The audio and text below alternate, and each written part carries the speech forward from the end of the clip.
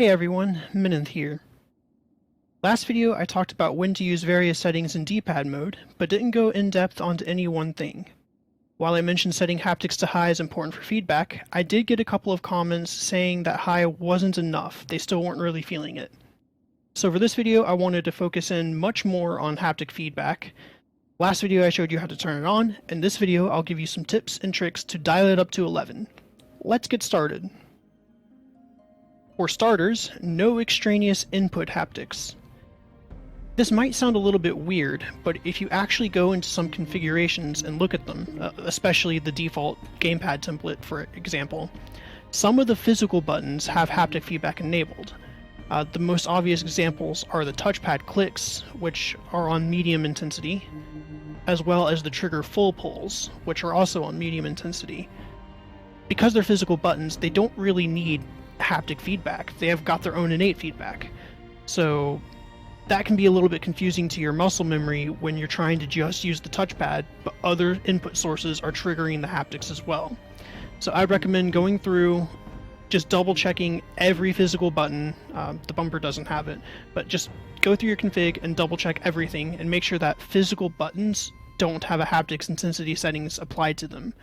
That'll isolate the source of the input haptics to where you need it most, which is just the D-pad.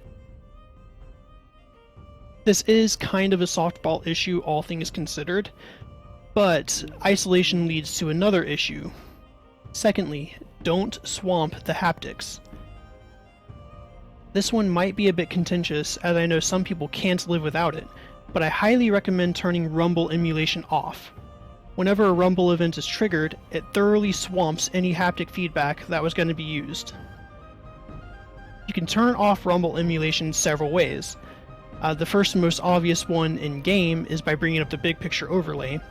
Instead of controller configuration, you go down to controller options, and experimental rumble emulation, you can turn it off from there.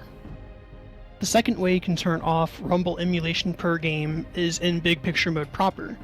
If you navigate to the game through your library here, you can go down to Manage Game, and once again you can find the controller option where you can turn it off. You can also turn off rumble emulation per controller. There are two ways to do this. You can go in the big picture configuration up to the settings, down to the controller settings, then down to the controller that you want to turn the emulation off on, the rumble emulation off on, and turn it off there. You can also do this outside of big picture mode by going up to Steam, Settings, Controller on the left, then General Controller Settings, and it brings up that same interface where you can go down, go into the Preferences, and turn it off.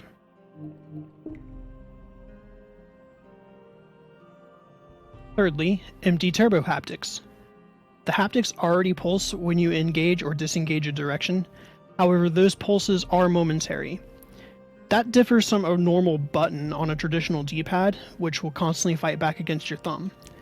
You can use haptics to simulate a constantly held button, and I'll show you how to do that now.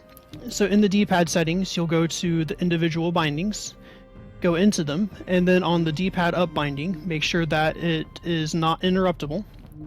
And then you'll add a second binding, also regular press. This one will be the empty binding though, and that does nothing, it just ensures that the regular press activator is there.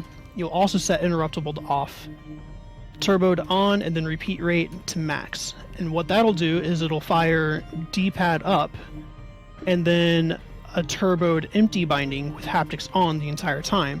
So as long as you're holding up, it gives a constant rumble-like feedback.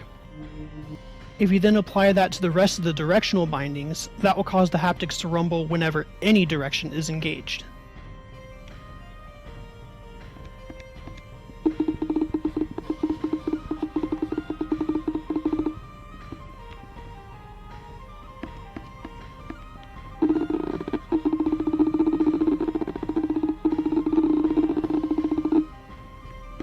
If that rumble-like feedback is not fast enough, you actually can double up on the turbo empty bindings.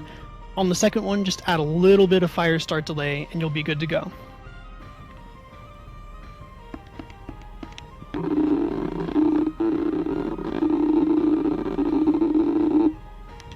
If you don't want to go through the hassle of setting it up on each individual binding, you could set it up on the outer ring binding. That will enable you to set it up only once and have the same effect where it'll rumble the haptics on any directional input. While that does simplify the setup, keep in mind that you will not be able to use the bowling lane bumpers from the previous video at the same time. They both use the outer ring. Fourthly, dead zone haptics. This tip comes courtesy of GhostCart in the Steam Controller Discord. If you are willing to sacrifice the bowling lane bumpers, you could potentially use the outer ring binding in a different way. If you put the haptics intensity on an empty binding on the outer ring binding, you could invert it and then lower the radius down to a little bit less than your dead zone settings. What that'll do is cause a center binding in the dead zone that will trigger the haptics when your thumb is in the center of the D-pad. This is kind of a software solution to a hardware mod that I've seen people do where they will put a drop of super glue on the middle of the touchpad.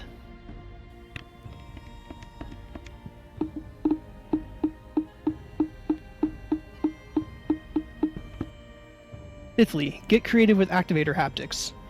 If you want a bit more control over the strength of the haptics depending on the zone that triggers the feedback, you can always set the primary haptics intensity to use activator settings.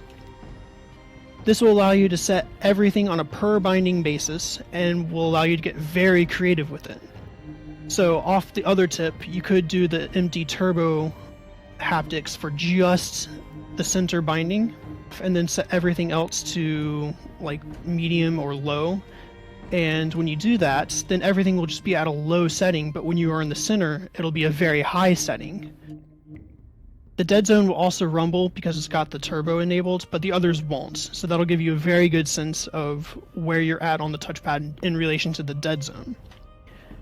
And this would allow you to do things such as having left and right be medium haptics while up and down is high, or whatever, really. And that also applies to the outer ring binding, where you could then come into here and set its haptics intensity to high. Maybe you want it, or low even, just to let you know that you're in the dead zone. It gets crazy. You can start doing a lot of different things when you get creative like that. For me, getting creative relates to solving a problem that I'm currently having in Hollow Knight. I am practicing with the Dash Master Charm in order to get better on the timing of the Path of Pain speedrun.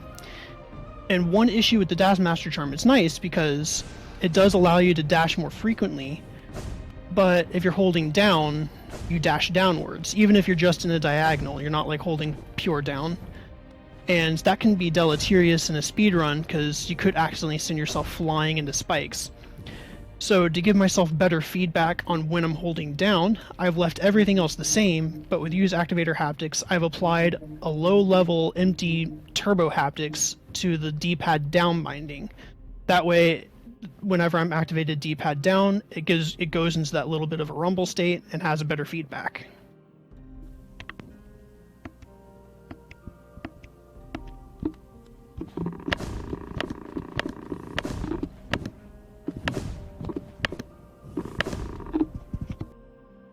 Lastly, more power. The haptics are actually nerfed when playing wireless. You can bring them back up to their full strength by playing wired.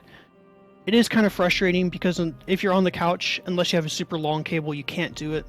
But if you are at your desk or you do have a super long cable, give it a shot. And of course, actually lastly, feel free to use all, just one, or mix and match any of these tricks. Experiment to find what works for you. That pretty much covers it for how to get better haptic feedback, as far as I know anyway. If you use any of these, or if anyone else knows any other tricks, please drop a comment. I hope you found this video useful, and until next time, learn a new skill.